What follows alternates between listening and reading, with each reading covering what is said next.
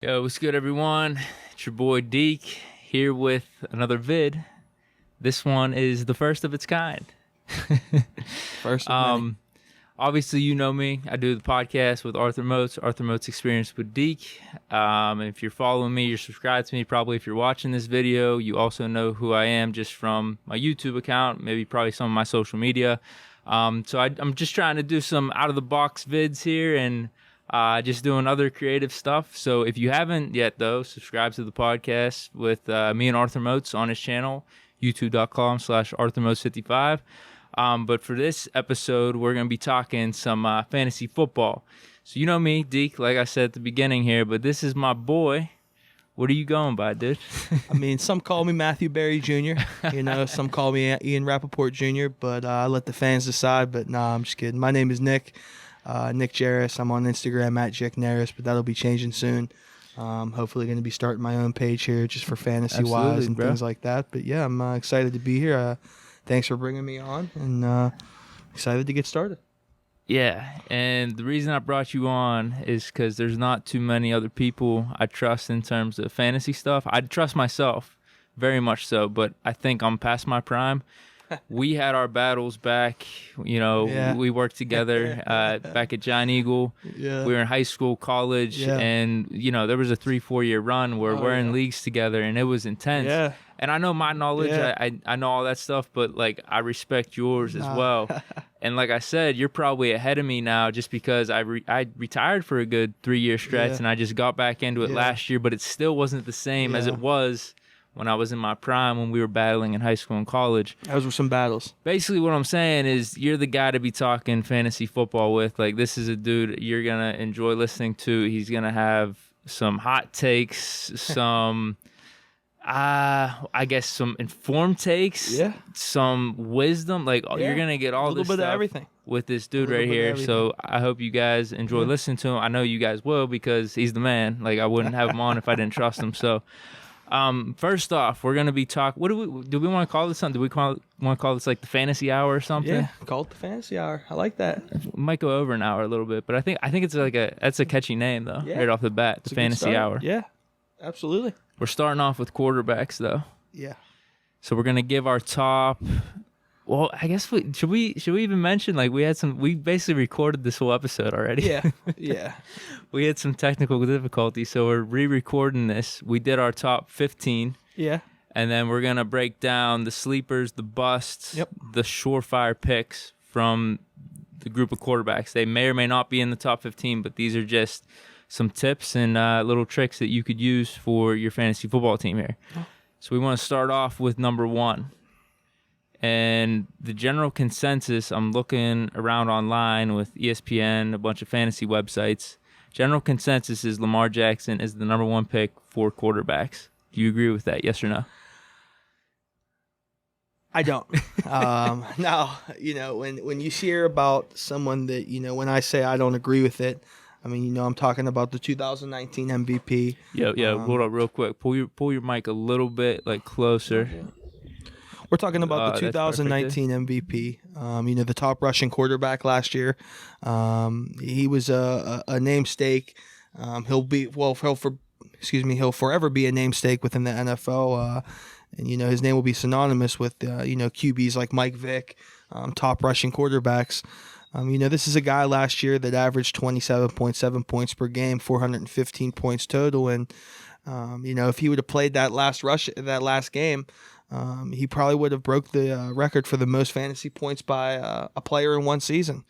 But my consensus number 1 for me personally is Patrick Mahomes, and that's due to the fact of I like the security I get with Mahomes. I when you have a quarterback that's rushing as much as Lamar Jackson is, you're opening yourself up to injury concerns. Mm-hmm. And when we look back in 2012 when RG3 was a rookie, you got I don't know about his fantasy season, but that was one of the best rookie seasons of all time. Yeah. And he had one of the best rookie seasons of all time, and he was a rushing quarterback, but his legs were really what led to his demise. But like Patrick Mahomes, he's a little bit, he can still use his legs, but he's a little less of a rusher than Lamar Jackson, Definitely. but he has that arm. He's in an offense in Kansas City where he's comfortable with. He sat a year behind Alex Smith and then became the starter, and we know what he did his rookie year or his second year. And I just feel that if you're going for safety, if you're going for, with a little bit less injury concern, you're going to go with Patrick Mahomes. He's my surefire number one pick. I feel really safe picking him number one. So I'm going to respectfully disagree because I love Mahomes. I got him as my 2. We basically flip-flopped our 1 and the 2. Yeah. I don't think you can go wrong with either one. If you're going to pick a quarterback early, and we'll talk about that a little bit later, I'm feeling Lamar just because, all right, so if you're going to make the argument about injury concerns, I think that's the only argument you can make against Lamar because I think his floor is still a top 5 quarterback. If he's able to play all 15 games.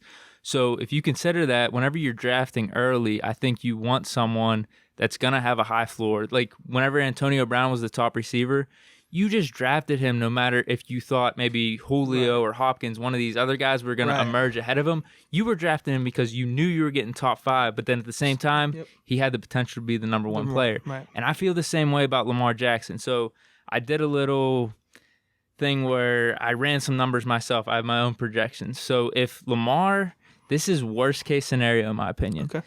If Lamar has 3,000 passing yards, 26 passing touchdowns, which is 10 less than what it was last year. 900 rushing yards, that's about 300 yards less, and then 5 touchdowns, that's a couple touchdowns less on the ground than he had. If he has that season, which I would say is the floor for him, like I would be completely shocked if he had that type of season. I expect maybe his numbers last year take maybe a little bit of a dip, but not too much, and then I don't think anyone would be surprised if he has a little upgrade in his numbers either. Yeah. Which would, I mean, if he had the same season or just a little bit of a dip, that is a bona fide number 1 player. Yeah. But that floor that I was talking about, 3,000, 26 touchdowns, 900 yards, and 5 touchdowns, that's extraordinary. 324 points. That is a top 5 quarterback. And like I said, that is I think what most would consider a bad season. That would be him not living up to expectations. Right. That's still a top 5 quarterback. So that's why I like Lamar, because whenever you compare him to Mahomes, if you're looking at upside, both of them had crazy good seasons. Mahomes' 50 touchdown year, Lamar's year last year. I think Lamar's is more replicable than Mahomes' 50 touchdown season. I just got that feeling that because Lamar, he does rush that amount, and that's a huge addition for quarterbacks where Mahomes doesn't do it as much. Right. He's going to be relying on his arm to get those 50 touchdowns and those yards again, which I don't know, dude. I don't know if they're going to maybe try to preserve him in some events and whatnot. Just he got that big contract too. I don't know. So I like Lamar. Lamar at 1. We saw what Mahomes did that one year. He had the 50 touchdown passes. He was the sure number 1 pick and set the record for most fantasy points in a year by any player. But we saw some regression last year. Mahomes was the 8th ranked quarterback amongst fantasy players in regards to points. And I think that, we're going to see the same sort of thing from Lamar Jackson. I don't know if he's going to go from 1 to 8. I still think he's going to be, as you said, a top 5 quarterback at worst. But yeah, I mean, as far as that, it's just all about personal preference. And it is definitely. I'm not going to, dude, if you saying you take Mahomes at 1, it's all like, wow, you're an idiot, dude. Right. Hell, yeah, it's not a bad choice. It's not a bad choice at all. Right. Because we looked at some of the ESPN rankings and some of these rankings online. Yeah. They have Jackson and Mahomes literally side by side in the rankings. Some people like in the second 2, round. Some rank them 1. It's just exactly. So we have it the same way. If Lamar is off the board and you're really wanting to take a quarterback early, I say you take Mahomes at 2. I think that's a no-brainer. I think those 2 are head and shoulders above any of the other quarterbacks. Yeah. So do we want to go to 3? Do you have anything else to say about Lamar Mahomes? I think you're gonna go. Like you said, you're gonna go. You can't go wrong with either. I mean, either one's a championship caliber quarterback. But yeah, I think that once we get into 3 to like 10, it really opens up. And I mean, I feel like you can put from 3 to maybe 7. I mean, you can put any of those guys at 3. I mean, it's just, as I said with Lamar and them, it's all about personal preference. But me personally, the way standard leagues and ESPN work, I usually like to wait till the end of drafts to pick a quarterback. I think that the value that you can get in rounds 10 to 13 or maybe 10 to 14 even, it can benefit you. I think that, the production you're going to get from these quarterbacks can be, similar if not better with quarterbacks in that round. And you'll see as we go through, we'll probably mention with some of these quarterbacks, like, not surprised if he ends up being a top 3 or top 5 quarterback.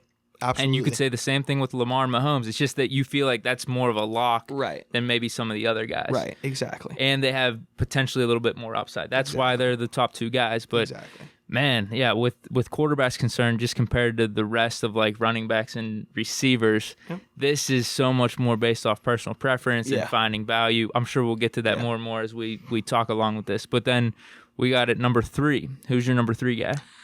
So at number 3 for me, I have Dak Prescott. Last year, he was the number 2 quarterback overall in fantasy points. They added CeeDee Lamb. That offensive line is now healthy. I think with the weapons he has on the outside, paired along with Zeke, I think this can be his biggest year overall in his career so far. He's playing with something to prove. A little bit of a chip on his shoulder. They had the battle with Jerry Jones. He did trying to get a contract, and they couldn't come to it, so he signed the franchise tender.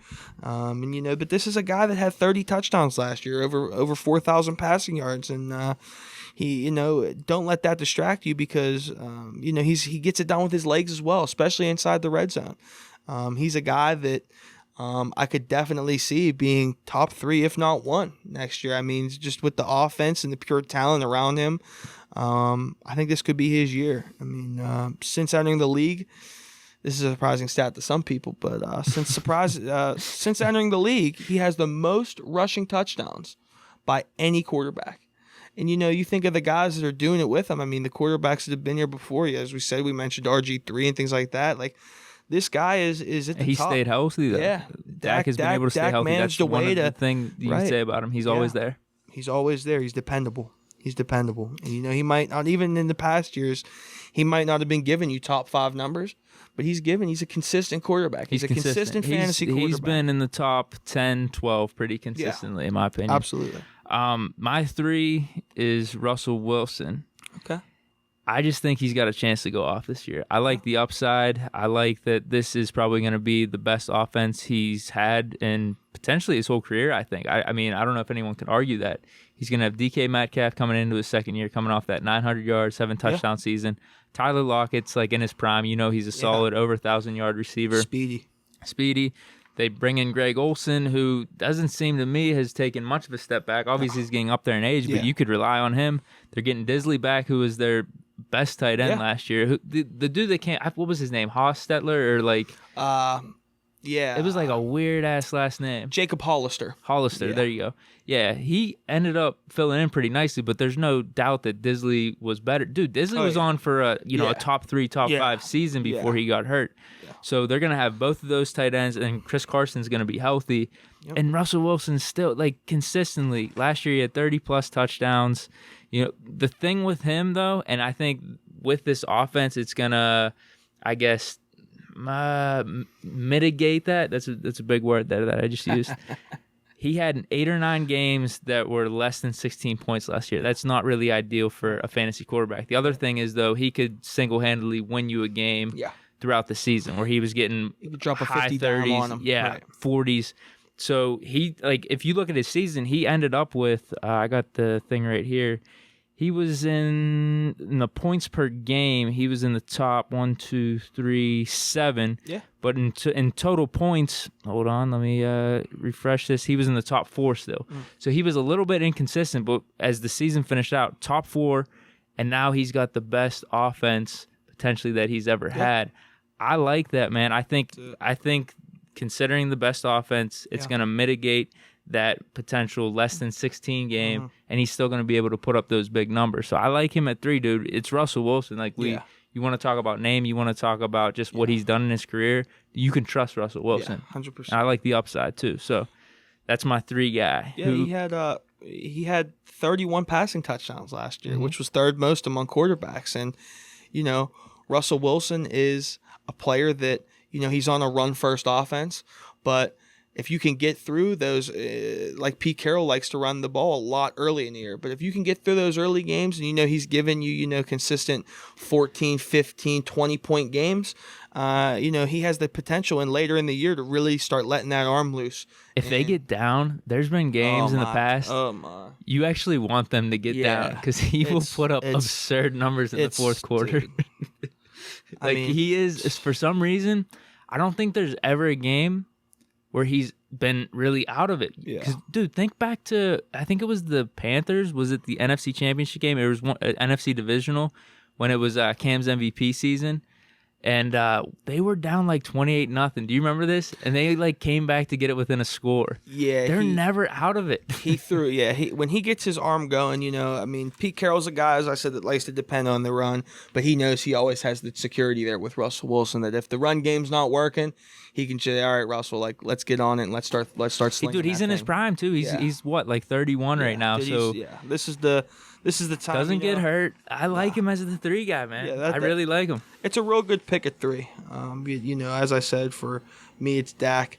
I just think the upside's there with Dak. I think that, him and Russell Wilson both have similar teams. I mean, they have a lot of good passing options. They got Gallup, CeeDee Lamb, and Amari Cooper, along with Jason Witten out there.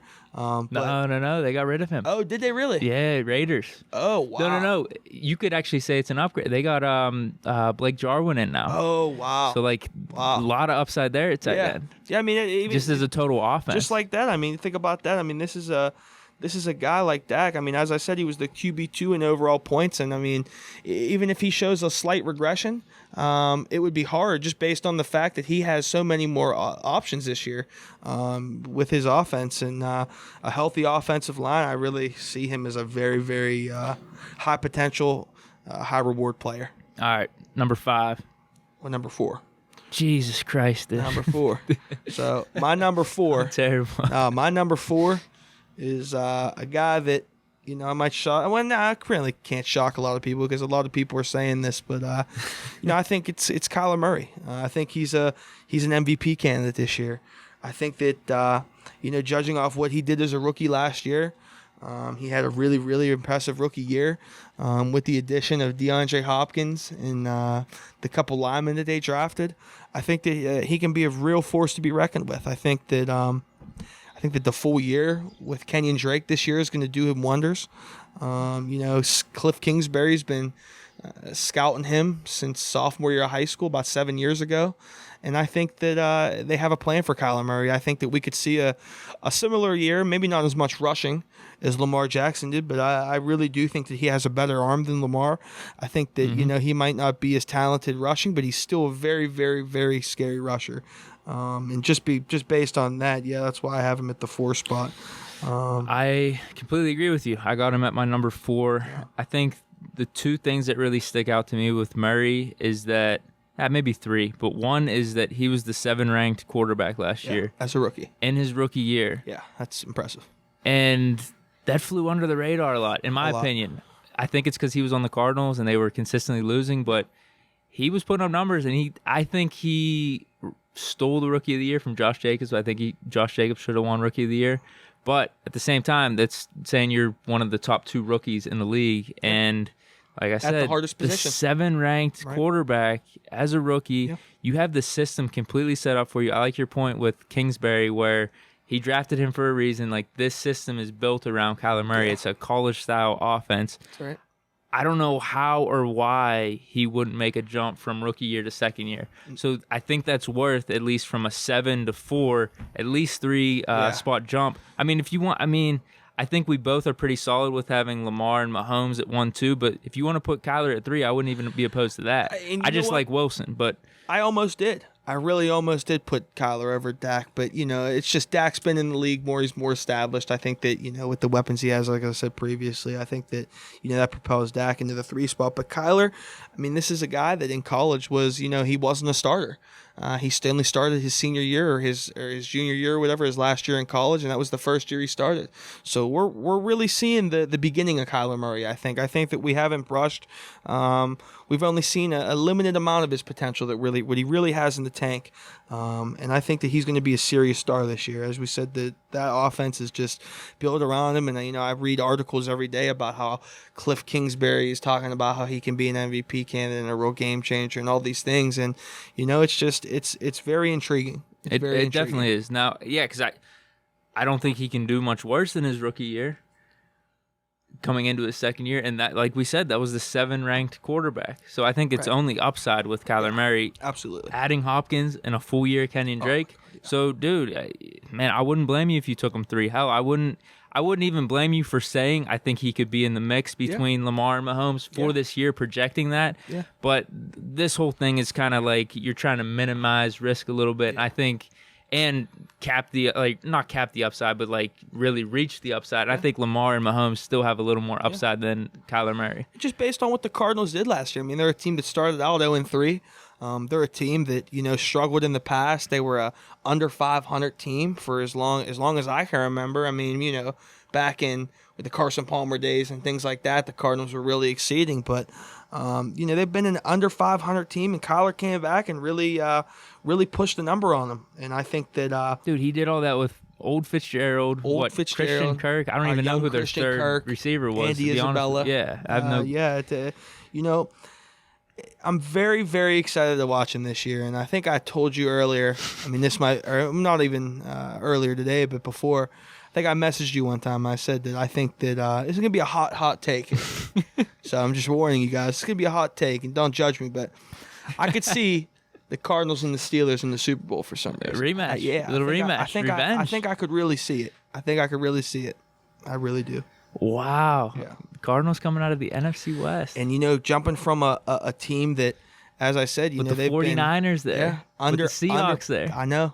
The Rams even. I know you're low on the Rams, but they got McVay. Get to that in a little bit. They got McVay though still. Dude, I think that Aaron Donald, Jalen Ramsey. I think that he has the potential to take him there. All right, dude. If not this year, the next. I know, I'm with you. I love Kyler Murray at the 4 spot, and then we got 5. We agree on 5? I can't remember. Yeah, I think we did. Deshaun Watson. Yeah. So you look at his stats from last year. He had amazing. Basically 4,000 yards passing, 27 touchdowns. 400-something yards rushing, 7 rushing touchdowns. And if you look at that, it's actually, in my opinion, if someone just threw those numbers out there, it's kind of underwhelming a little bit. But at the same time, when you look at, that was the number 5 quarterback in fantasy last year. Yep. I think if you look at the average, too, it was a little bit better than that. He was the number 2 best average after Lamar Jackson. Yeah. So you take Lamar Jackson out of the equation, that would have been the number 1 quarterback in fantasy last year. And like I said, when you look at those numbers, are we saying Hopkins missing is going to really drastically change those numbers? I really don't. I think those numbers are doable again without Hopkins. They bring in Brandon Cooks. They bring in David Johnson. Now, David Johnson, that's a whole questionable thing. Maybe Bill O'Brien has something up his sleeve where he could revive his career. Same with Brandon Cooks, too. Yeah. Maybe for some reason Brandon Cooks could fit in the Texas system. Not better than Hopkins, but more geared towards winning and getting the team going in some type of direction. I have no clue. But in terms of fantasy, I don't think that's going to affect Deshaun Watson that much. If he has the same exact year, I honestly think that might be a little bit of an underperformance. Yeah. At the same time, that was the number 5 fantasy points, not per average, for total, and then per average, that was the number 2 last year. Yeah. So, dude, he's the number 5. I think for the most part, he's pretty much all upside here. I don't think he's going to get worse than those numbers from 2019. I like Deshaun at 5. Yeah, and like you said, you have a guy ranked 2-3, amongst all quarterbacks last year. Even if we see a slight regression due to the fact of Hopkins being gone, I think that, you're going to see him in this exactly where we have him ranked, in that 4 or 5 spot. I think that Brandon Cooks is quite a capable receiver. I'm not saying he's DeAndre Hopkins, but I'm saying that, their receiving core is one of the deepest in the league when they had Hopkins. They had Will Fuller, Kiki Kuti, and now you bring in a speedy guy on the outside along with Kiki Kuti like Brandon Cooks. Brandon Cooks is a guy that people forget about a little bit. He's a guy that had 4 straight seasons of 1,000 yards receiving. And, that doesn't go unnoticed. I mean, at least to Bill O'Brien, obviously. I mean, yeah, I think that just his pure talent alone, Deshaun Watson, I think his pure talent, his mobility with his legs are just enough to keep him, amongst anything, no matter who his receivers are, to keep him at the top of fantasy rankings. Yeah, no, 100%. Now, if you want to talk about aside from fantasy, maybe his efficiency will go down, maybe completion percentage a little bit. I expect to see a slight regression, but nothing. Maybe his rushing yards will go up. Maybe he'll have to do more himself, which equals good fantasy numbers. So I just don't see the regression like that in terms of fantasy wise. And I think even we were talking about this on our first attempt at this, but like, dude, you think of the Texans last year, like even with Hopkins, they still got blown out by the Ravens. 100%. They was barely beat the Bills at home. Like probably shouldn't have won that game at all. No, and then just got completely exposed by the Chiefs after being up. Was it 3 scores? They were up 21-0 or 24-0. Yep. So I think Bill O'Brien's trying to, I don't like the move. I think they should have kept Hopkins, but maybe there's something going on where he thinks with Deshaun Watson and the offense and the system that he can get things going with Cooks and David Johnson. I don't know, dude. I mean let's be real. He came from that Patriots tree, Yeah, I mean, if we're looking at, if me and you are in a league and I offer you the trade that the Texans offered, them, I mean, it's going to get vetoed. Yeah, they should have got more. They should have at least got more, is what most people's sentiment is. Whether, like, Hopkins, you thought it was still a good fit, or if he wanted to be there, he wanted to get traded. I think you at least could have got a first-round pick. Like, geez, oh, man. Yeah. But they brought in Brandon Cooks, so, like, I think that could be a good fit. And Brandon Cooks was on the Patriots. That's kind of the thing we were trying to connect the dots in the first one, where maybe Bill O'Brien sees Cooks as some type of fit that him and Deshaun Watson could mesh in some type of way, and maybe Fuller could take some of the Hopkins load, and I don't know, dude. I have no clue, but in terms of fantasy, I still like Deshaun Watson at 5, dude. I think he'll be fine. So do I, and I'm really excited to watch him this year, and same with the Texans offense. I think that Bill O'Brien, as you said, he has a plan. He's not everyone's judging him like he's some sort of idiot, but I really think he has a trick up his sleeve, and, he's going to do the right thing this year, and we're going to be surprised by the Texans this year, I think. People thought the same thing about the Steelers when we traded AB to the Raiders. Dude, I was furious. I was furious in both instances. Well, AB, it seemed like the bridges were burned, but like the Martavis one came out of nowhere, and I was so pissed. But hindsight's 2020. When we look back, it's like, all right, at least we got a 3rd-round pick. Like, he was going to get suspended. Look at the guys we got now. Look at the receiving core we have now. And I still want Martavis back, though. I still want him back. The return. I still feel it. Feel it. It makes sense. We talked about this on the Arthur Moats experience, man. Like, I think it makes sense. I really do. Like, he would actually probably, outside of Juju, have the most rapport with Ben if he came back knows this year. How the offense runs. And think of how the coronavirus shit, like, these teams aren't getting together for OTAs. They're not getting together for practices. So that would be instant rapport right there. It would take a little stress off of our rookie Claypool is back, because he's a similar receiver. He's a bigger receiver, a red zone target for Ben. Not only a red zone target, but a deep threat. That paired along on the outside with a big receiver like Juju, top 5 and a potential slot receiver. Yeah, I mean, I can agree with that. I would love it. I would love it. Yeah, I'd be pretty excited. I'd be really excited. So our 6. Number 6. Who you got? I got Dak at 6. Okay, so you got Dak at 6 now. You had him at 3. Yeah, I got Russ at 6. So. Oh, so we just completely flipped on that, dude. So I got Russ at 6. And we talked about Russ. It's a throw up between 4, 5, and 6 with these guys. These guys are all top dual threat quarterbacks. The thing with Russell last year that impressed me a little bit, but what made me hesitant to rank him 6 was, this guy threw for 31 passing touchdowns last year, and half of his offensive line at one point was on the injury report.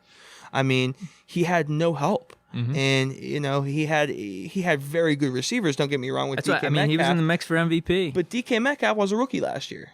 So I expect bigger things from DK this year. I expect similar production from Tyler Lockett. Maybe he might regress a little bit just based on the fact of how good his numbers were last year. But I still think that Russ is a top 5 quarterback. I mean, it's just there's so many good quarterbacks. It's hard to rank them. But yeah, I think that if you're looking for a safety pick, I think Russell Wilson's the guy. Yeah, depending on when you get him. Like, I was looking at Matthew Berry's rankings. They had Russell in the 70s. So that's like 7th round. Yeah. And I could see in some drafts, if you get the first 5 or 6 people in your league taking a quarterback, and the other They're 5 or 6, going. well, no. Well, here's the thing. But if the other 5 or 6 are willing to wait, you could get Russ maybe in the 8th or 9th.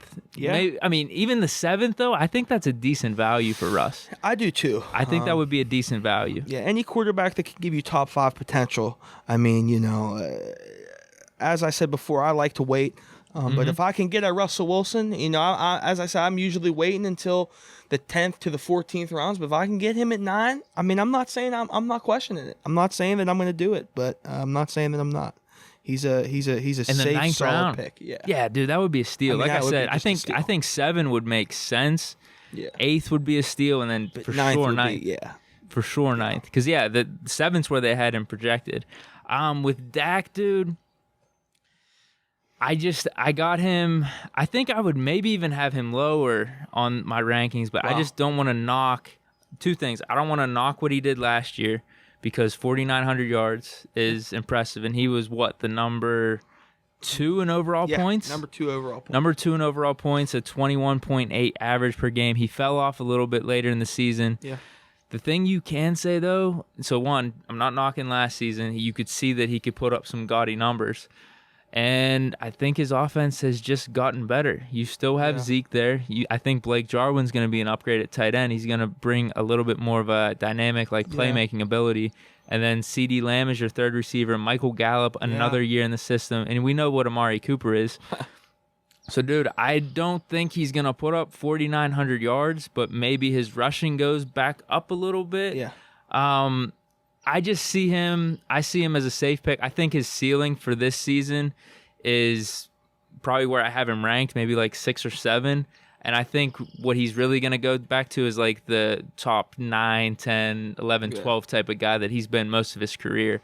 I just think last year was a little bit of an anomaly, but I can't knock what he did. He's been able to prove it. He can put up some numbers, and he's got a crazy good offense. So I think there's a little bit of an upside there, an upside play where maybe just because we've seen him do it, he can do it again, and the offense is there. But I think it's a safe pick. I think his floor, like I said, is going to be top 10, 11, 12. But at the same time, maybe he could sneak into that top 3 again. But I think it's more or less going to be, his upside is going to be that 6 or 7 range. And then it's going to be 10 or 11, 12. So I think a safe pick, a little bit of upside. But yeah, that's why I got Dak ranked there. I think he's just going to come back to what he's been most of his career. Yeah, I can agree. 7.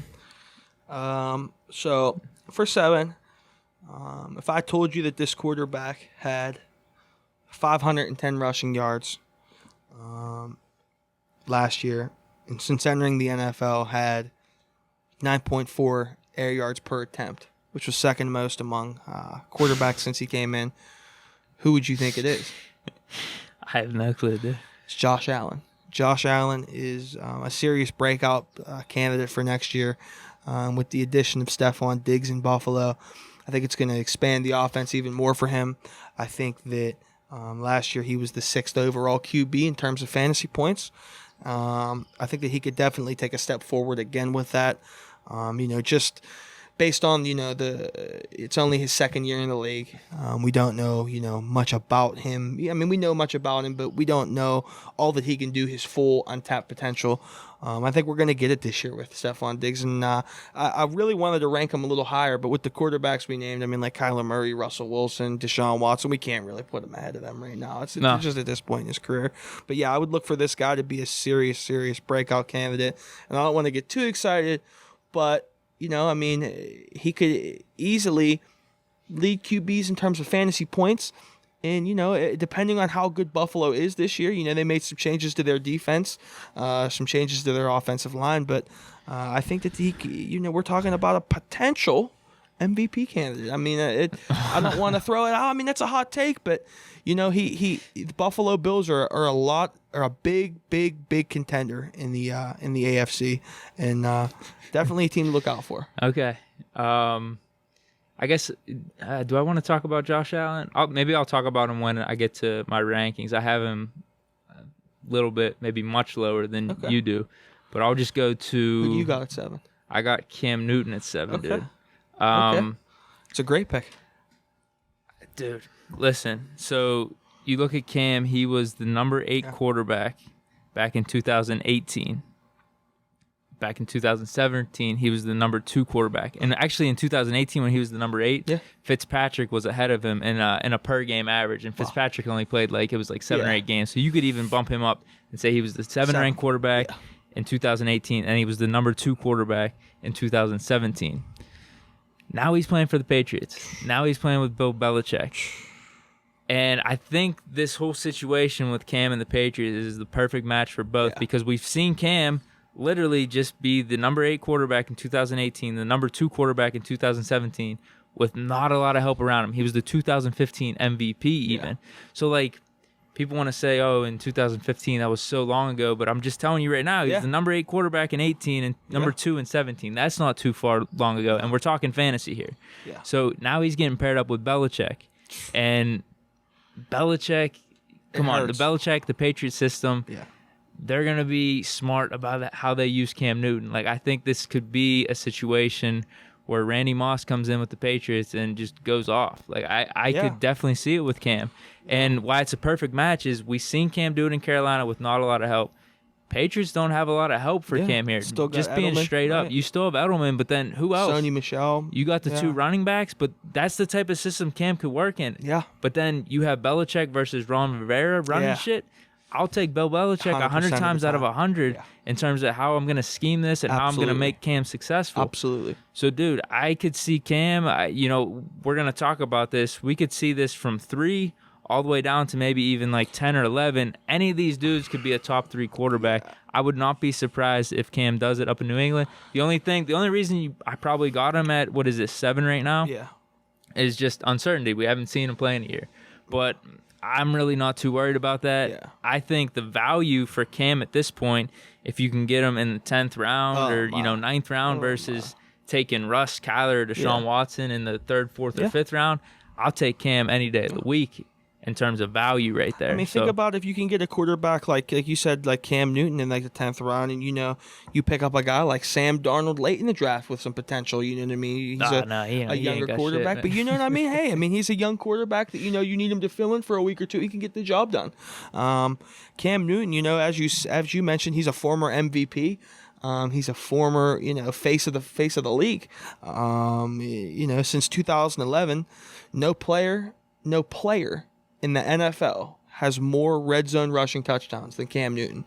And, when you think about that stat, it's kind of crazy considering, all the running backs that have been around since then. And, the fact that he's in a system now, like with the Patriots, that, the Patriots in the last 5 years have the most goal-to-go run touchdowns in the whole NFL. And, it's just like a match made in heaven. It almost sounds too good to be true. But, the big thing about Cam is his health. He's had injury concerns in the past. Looks healthy, dude. Yeah, and those vids. Yeah, the vids he's posted on Instagram are very, very enticing, and it makes you want to buy stock in him right now. But yeah, I have him ranked as my 9th ranked quarterback. Not too far off. Yeah, not too far off. But yeah, I really do have high hopes for Cam. Another thing to consider is, I think a knock on Cam is he's had lower completion percentage throughout his career. But if you look at his last season, he was in the 66 to 67% range. That's when they had McCaffrey too. So if you're trying to add all this shit up, what does that mean? He's able to make those 5-yard passes to McCaffrey. What is the Patriots? Brady. What is the Patriots system based on? He can make those dunk passes. He can make those throws. So dude, that's what I mean. I think this is a really good match. I'm surprised it didn't happen sooner. And, I was so shocked that it took this long. As big as Steeler fans we are, it hurts us. It hurts us to think about it, but I'm a Cam Newton fan at the end of the day. Yeah. And I've supported him when he was in Auburn, and I supported him when he was with the Panthers. And it sucks that he went to the Patriots, but I'm happy for him. He deserves it. And here's the thing, even with the Patriots, in my opinion, I've always liked Brady.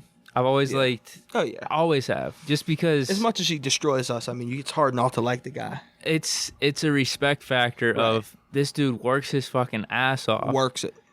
And he doesn't even talk...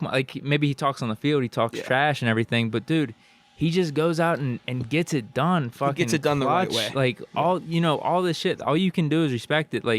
to be in the mix that consistently in AFC championships and to be able to, I guess, even lead a team to get people to buy in, where you have all these changing parts. You have people coming in and out of receiver, in and out of running backs, and they're consistently in it. That's Brady and Belichick. I mean, I'll probably give it more to Brady because you need that quarterback. You need that guy that's going to buy into the system, where everyone else could look to him and say, like, yo, if he buys in, like, I got to buy in. This dude's won however many championships. But at the same time, even with for Belichick to be doing, I have like this mixed response to Belichick. Like, I'll watch documentaries on Belichick. I'll be like, how the fuck does he get like players ready? It's amazing. And stay this discipline and just focus on team. And then at the same time, I think back to like just the rumors and shit of like, man, he might have cost Steelers like a couple Super Bowls with like cheating or some shady shit. And It's like I have this mixed thing with Belichick where I look from afar, I'm like, fuck, dude, like you got to respect that too. But then my Steeler in me and like just that fan is just like, dude, fuck you. I can't believe you cheated us out of these Super Bowls. Yeah. But yeah, it's I guess just as like a football connoisseur, someone that can like look from afar, it's like, dude, like absolutely, that's crazy. Just what in terms of Tom, Cam, Belichick, all these people have been able to do in the league. It's like pretty cool. Yeah, and it's funny you had Cam Newton ranked 7th, and we were already talking about Brady. And that leads into my 8th, which is Tom Brady. He's my 8th ranked. How about that transition, dude? Yeah, he's my 8th ranked quarterback amongst fantasy players for this year coming up. He had a look at the offense he had last year, and that was a down year considered for him. And yet he was the 12th ranked quarterback in fantasy amongst points. You look at what he has now in front of him. Tampa Bay did a lot in the offseason. They revamped their whole offensive line. They already have on paper one of the best offenses with Godwin, Evans, and those 3 big tight ends: Gronk, O.J. Howard, Cameron Brate. And they have a running back here that's a younger running back, Ronald Jones, which in college he was a type of running back that was a pass catcher, liked working out of the backfield, and that just fits right into Brady's kind of scheme that it's the kind of offense that he likes to run. Bruce Arians, he coached Ben. He knows how to work these kind of quarterbacks. He's been, Bruce Arians went against Brady for how many years in Pittsburgh? He knows how he plays. He knows how to win with them. And I think this is another one of them dream matchups. You know what you're getting with Tom Brady. That's part of the reason why I have him so high, because just like it's like a security blanket. You just know what you're getting. You look at the offense. Tampa Bay's defense might not be the best. They're in a hard, not a hard division, but a tougher division.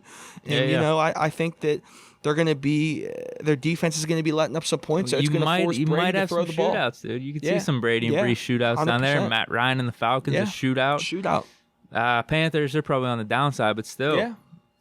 Still the Panthers. They got Teddy Bridgewater. They're, I'm not saying that Teddy Bridgewater's the player he was when he was a rookie and stuff like that, but he could still get it done. We saw last year with Teddy Bridgewater. He's definitely an NFL starter.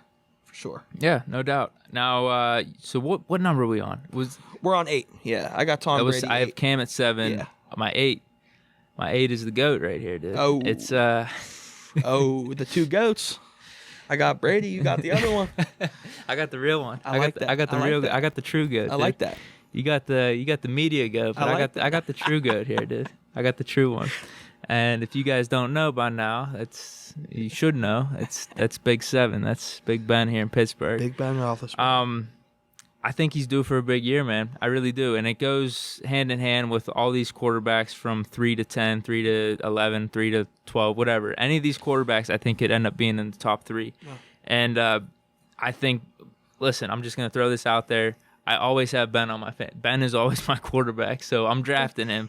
And I like drafting him because, for the most part, I'm going to get good value here. Like, I'm going to be able to draft him in, like, the 10th, 11th, 12th round or something like that. Easily. Maybe I'll reach a little bit just because I want him on my squad. Right. But if you look back, the numbers can back me up, too. If you look back in, 2018, whenever he was fully healthy, was the number 3 quarterback in fantasy. Yeah. From 2017, 2016, 2015, he was top 8 or 9 in terms of points per game. Obviously, he was injured a little bit here and there, but points per game, he was top 8/9 in all those seasons.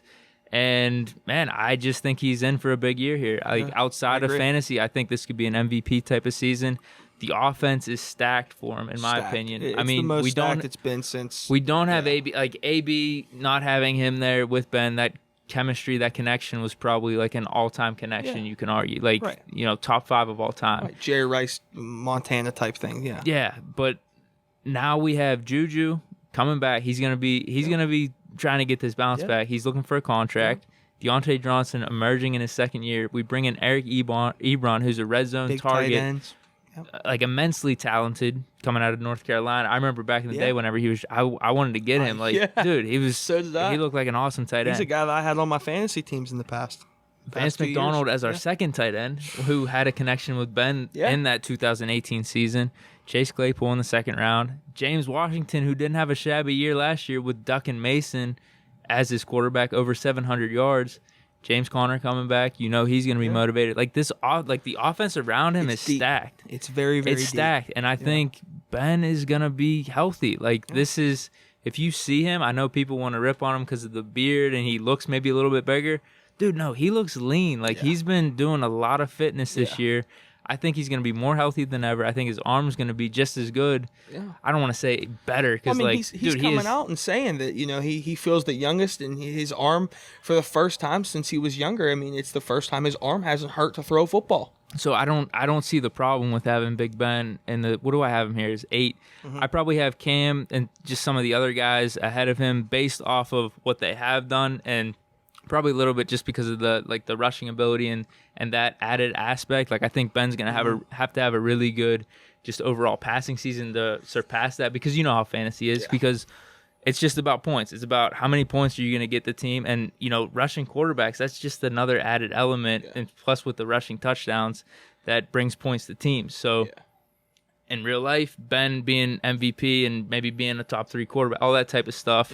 Is a little bit separate from fantasy when we're talking about rankings, but I still think he can be a top 3 quarterback in fantasy as well, and I think the numbers back it up. I think just the offense and what he's going to be walking into and his talent will back that up too. So I like Ben, dude. He's going to be on all my fantasy teams. So I think that's you made some good points. I think that things that Ben struggled with in the past was his red zone percentage. Getting it done in the red zone.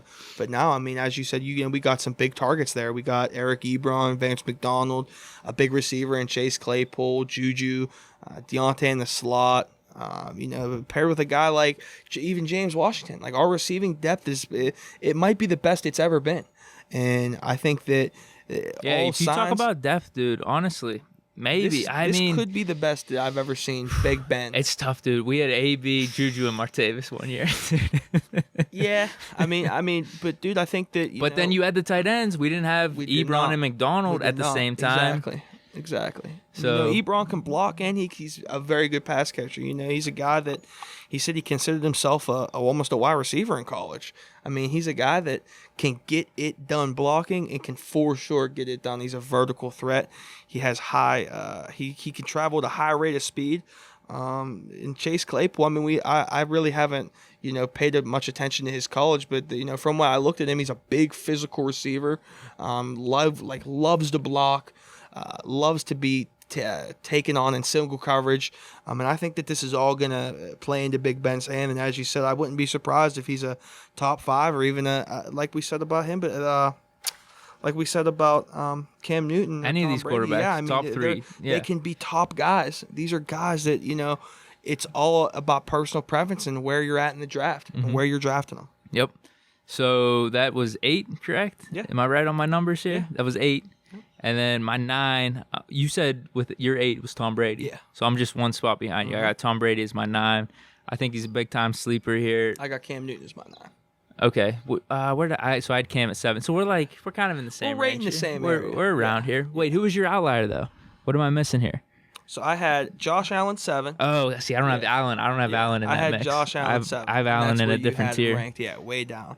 But yeah, I had Josh Allen, Tom Brady, Cam Newton, 7, 8, 9.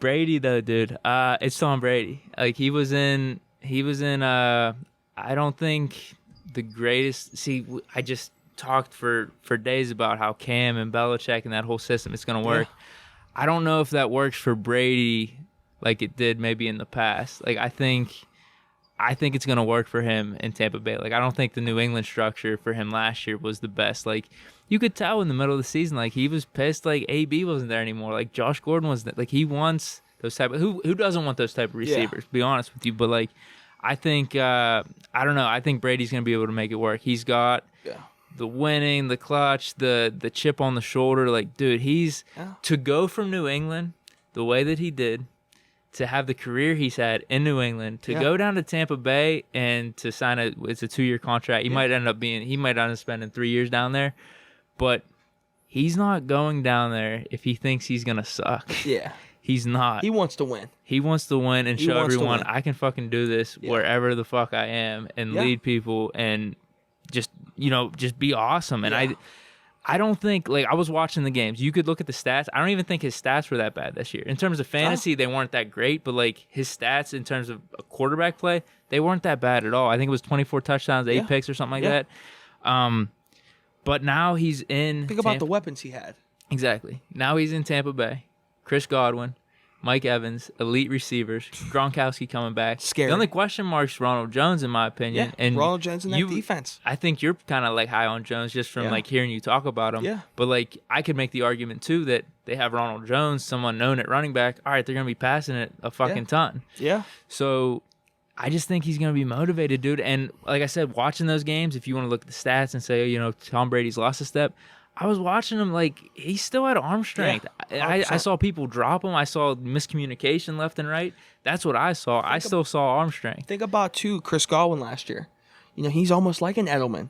He's just a point machine. You want to get rid of the ball, he's always open. He's short, he's always open. And, he has the ability to take some of these short throws and he has the talent to break them off into, 60, 70, 80-yard plays. It's like what you want Juju to be. Yes. You know what I mean? Yes. Like if Deontay could be on the outside, I apologize for maybe going too in-depth with the Steelers here, but like if we get Deontay on the outside doing some type of shit like AB was doing a little bit, like to a degree, and then you could get Juju in the slot doing some just like stuff. He did when he was here. Yeah, we'll see, man. But yeah, I'm high on Brady, man. I think big time sleeper. If you pick him, could he be top 3? Yes. It's any of these quarterbacks, man. Like I don't know how you can definitively say like, oh, Brady's washed or anything. Like, I just made all the points that I really don't think he is. New situation, so that was my 9. What's your 9? So my 9 was Cam Newton. Oh, Jesus Christ. Dude, I'm so far behind. What's your 10? So 10. All right. 10 is Drew Brees, dude. Ooh. My 10 is Drew Brees. And we talked about this a little bit on the first one. Part of me wants to have Brees higher. Just because if you look at last year, like, what did he do wrong? He was on pace for 39 touchdowns. He averaged over 20 points a game. 20.8. So the thing is with him, and we were talking about this. I think it's the upside. I don't think you have the upside of all the other guys that I named ahead of Brees. I think Brady has more upside. I think Big Ben has more upside. Cam, Dak, Deshaun Watson, Kyler, Russ. I think all of them have more upside. I think maybe he has a better floor than some of those guys. Like if you're gonna put him out there on a week-to-week basis, he might not throw out a stinker like a 10 or 11 pointer. Yeah. Like he's probably gonna always be at least at that 15 solid. Or 16 right. With that offense, with the receivers they have, Mike Thomas, Emmanuel Sanders. He's gonna be throwing the ball. That's kind of why I think he's like a little bit of a sleeper. Like he didn't do anything. Like if you don't think he's gonna drop off this year, I don't think there's any reason not to pick him at all. And just how people have him ranked, right? I think he's gonna be like a huge value. Yeah. I just think those other guys have a little bit more upside. And maybe there is that potential. He's getting up there in age, and maybe they preserve him a little bit, where we're not going to make you throw it as much as you have in the past. And that's kind of been the trend.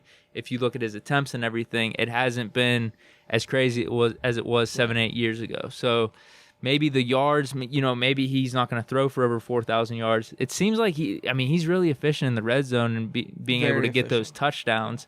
But yards are a part of the game too, and getting you points. And then he doesn't have that running ability that some of these other quarterbacks have. So, man, I like Brees as a value pick, dude. To be honest with you, I just don't think the floor. I think the floor is there where it's a safe pick, but I guess the upside compared to those other guys. So that's why I got him at my 10 spot. Yeah, with a healthy Kamara. And a healthy receiving core, and especially with the addition of Emmanuel Sanders, I think that he can put up big numbers. He's a first ballot Hall of Famer. He's chasing his, final ring or two that he wants. This is a quarterback last year that had a 75% completion percentage. Dude, yeah. He's a guy that's automatic, and he doesn't have the upside with his legs as much. But other quarterbacks that have the upside with their legs don't have receivers like Michael Thomas and like Emmanuel Sanders and players Calimary out the backfield, which is one of the best, Jared Cook, if not the best pass catching running back in the NFL. And he has potential, as we said with all these guys. We keep saying it and saying it again, but he has potential to be up there as a top 5, top 3 guy. I mean, he's Drew Brees. I mean, this guy is a proven sure Hall of Famer, and it's extraordinary the way that he played and was able to play throughout his career. And I look at him almost like a Brady. He's getting 100%. Older, but age doesn't mean that you're gonna just fall off. There's not a cliff for some of these guys. When you have talent like they do. We didn't see it last year. That's the thing. If you want to make an argument you think it's going to happen, then, I mean, all right, whatever. You could believe what you believe. Dude, I did not see it last year. That was a great season for him. Obviously, it was lackluster in the playoffs. Got hurt, missed 5 games. Yeah, getting hurt and stuff like that. But, dude, in terms of fantasy, he was consistently in that 20-point range. I think there was a game or two that was outside of that where he had 11. Yep. But, dude, I mean, the upside isn't there for the 30, the 40-point game. Yeah. But, dude, I mean, I don't see much wrong with Breeze, dude. Like, I was telling you, like, I was, like, contemplating putting him in, higher up in these rankings. Yeah. But when I'm looking at Cam, Ben, Brady, I like those upsides. And then also with Dak, I like that upside as well with him. So, dude, I don't think you can go wrong with Breeze. I really don't. Now at 10, I had Drew Brees at 11. So I'm not really much far off of you, but at 10 I had Matt Ryan. Matt Ryan, last year he led the NFL in passing attempts. He's in a fantasy-friendly offense. They added, Gurley into the mix, and anytime you add a running back of Gurley's stature with Julio Jones and Calvin Ridley on the outside, I mean that's very dangerous. And I mean, if I'm a defense, I'm going to be, guessing a lot more with Gurley back there than I would with Devonta Freeman, just based on the things that we've seen Gurley do. With his injury last year, he got hurt week 7. But before that, for the first 6 weeks, he threw 15 touchdowns. I mean, that's something that needs to be noted. I mean, this Atlanta Falcons offense is one of the most potent offenses in all football, and that can't be forgotten. And Matt Ryan's a guy that every single year it seems he flies under the radar, and sometimes he'll be a top, 10, 12 guy, but, there's some years where he's a top 5 guy, and it's happened in the past. Oh, yeah. And he goes back and forth, dude. Yeah, he was on pace for 40 touchdowns last year before he got hurt. 40 touchdowns. I mean, that's something special. And, I mean, I think that needs to be noted when considering him next year. I mean, especially in the place that you can get him, if he's going to fall. Yeah, not a flashy name. That's one of the things. Like, it's a sneaky name. Like, dude, if you wanted to tell me, you could throw him in the Cam, the Big Ben, the Brady, and, like, the Breeze mix. If you wanted to toss him in there, like, probably based off numbers, you can make that argument. And you kind of are right now. It's just that Matt Ryan, it's not the flashy name. He lost 28-3, or the 28-3 comeback, and people are down on him still. Like, he still hasn't really fully come back from that yet, at least from a perception standpoint. I think he's had solid seasons since, but especially fantasy wise. But dude, I don't see anything wrong with Matt Ryan. I like that spot that you have him at. Yeah. So what number was that for you? That was 10 for me. Who do you got? That was 11? 10. Okay, I'm at 11 now. Yeah, because I had Breeze at 11 and Matt Ryan at 10. So who do you have at 11? I have Josh Allen, dude. Okay. I'm just not big on him, dude. I know he's got arm talent. The disrespect. Nah, dude, it's not disrespect. Like, see, I think too much. Listen, dude, I had a little rivalry going with some Bills fans on me and Motz's show. Okay. Whenever they came in here and played the Steelers, I was just ripping on them, saying like Duck's gonna outperform everyone. Dude, it was bad. So, like, I might have some bias. I might have some, like, resentment coming in from that. Yeah. I just don't know. I just don't know if I see it with Allen. Like, if we're... I don't want to go too much into real-life stuff as opposed to fantasy, but, like, the Texans playoff game, it just wasn't there for me. Like, you want to see someone being able to close the deal. And I know he's got the arm talent, but at the same time, I don't know if he's got the touch. I don't know if he's got, we see the arm strength in Big Ben and Cam Newton and Brady and some of these other guys, even like Mahomes, Aaron Rodgers. We had the arm strength's all there, but they also got that touch factor. Does Josh Allen have that? And then also consider he has, I didn't mention this in the first one. I don't know why I guess I didn't look at it. I was on my feels or something. But he's got the hardest schedule second hardest schedule for quarterbacks coming up this year. So I don't know, dude. I think the upside plays there. I'm not going to completely disagree with you where it's like, yo, could he be a top 3 guy? Yeah. Could he be a top 5 guy? Because the upside is completely there. He has the rushing. He has that arm strength. He's bringing in Stephon Diggs this year. The offense is there, like all the pieces. Devin Singletary, you're expecting is going to make a jump, but is he going to be that guy? I just don't know. I'm not feeling it with Josh Allen. I'm just going to put it that way. Well, I mean, a lot of the testament to what you're saying, I can understand. You said the playoff game, he underwhelmed and things like that. Like I said, I don't want to go into too far into real life there, right, because there could be great fantasy players that aren't good. You have to remember, the numbers that he put up last year with John Brown. John Brown's a really good receiver in the NFL, but dude, he's not quite on the stature of Stephon Diggs, in my opinion. Stephon Diggs can be at his best when he's performing in a system that he's the number 1 guy and he's the guy that you're going to. Could he be overrated a little bit? Could he be? Stephon Diggs?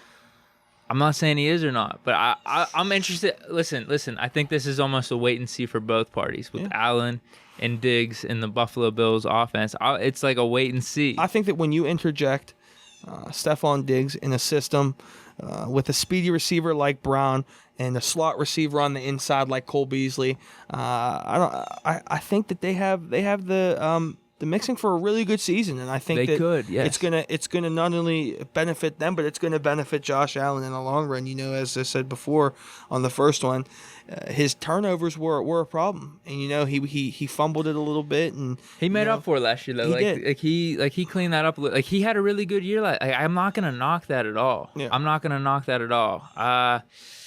Maybe I'm hating. I don't know. I'm just not feeling it with Josh Allen. He also threw 9 interceptions last year, though, so we have to keep that. And, we'd like to see that number come down a little bit. Although, but still, 9's, No. Here's the thing with interceptions, though. Jameis Winston threw 30. He was like a top 3 quarterback last year. I'm serious. I don't know how much interceptions matter. Like, if you're putting up yards and shit, he doesn't put up yards like Jameis did, though.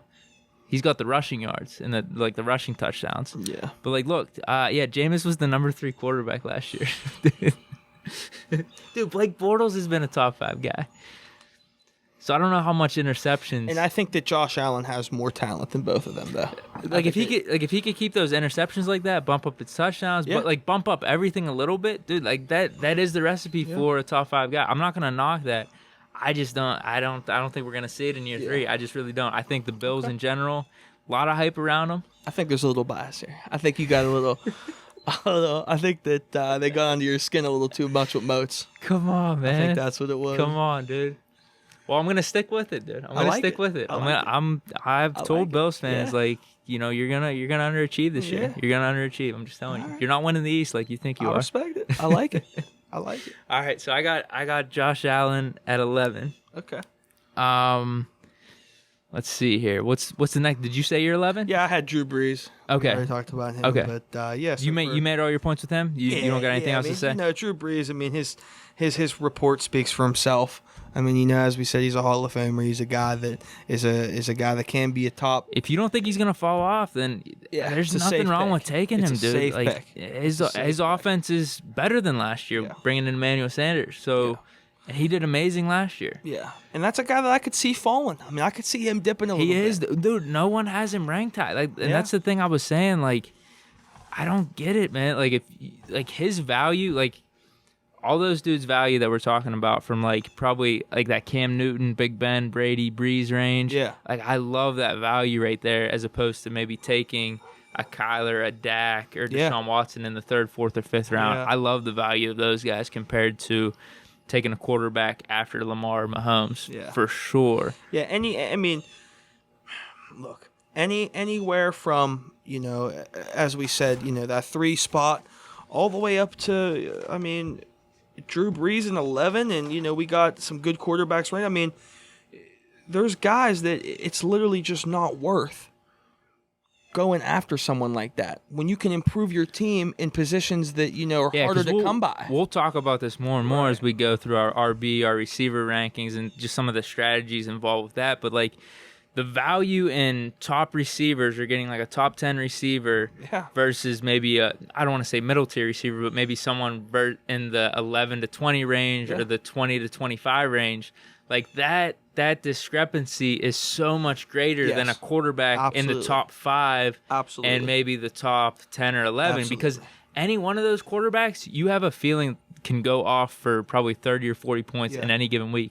Any top 10 guy. Just being honest with you, if you're able to stream a matchup or something like that, dude, like I think the quarterback is probably the most. It's the deepest position in football. Yeah, if you do 2 quarterback league, this conversation probably changes a lot. Completely different. It probably we could keep the rankings the same, but like in terms of when do you pick quarterbacks, that changes a lot. Quarterbacks will go within, you'll get quarterbacks going in the first round in 2 QB leagues. I mean, it's hands down. Yeah, it's hard to get quarterbacks in 2 QB leagues, especially. We did one.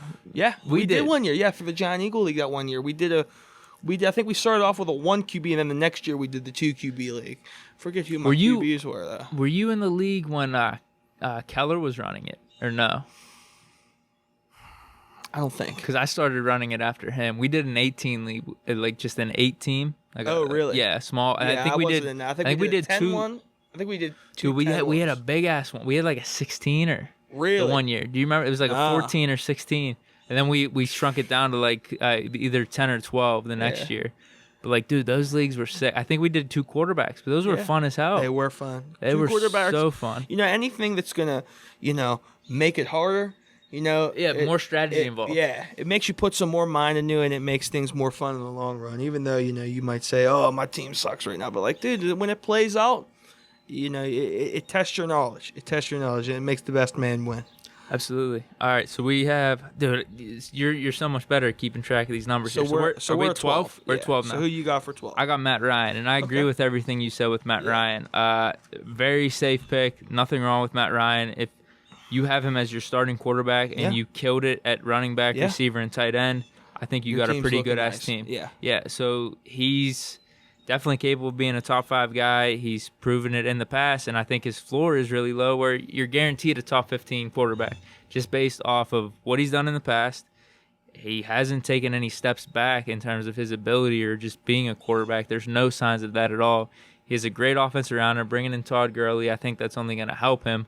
He loses Austin Hooper. Yeah, it's a little bit of a decline there, but come on, you got Julio Jones and Calvin Ridley there still.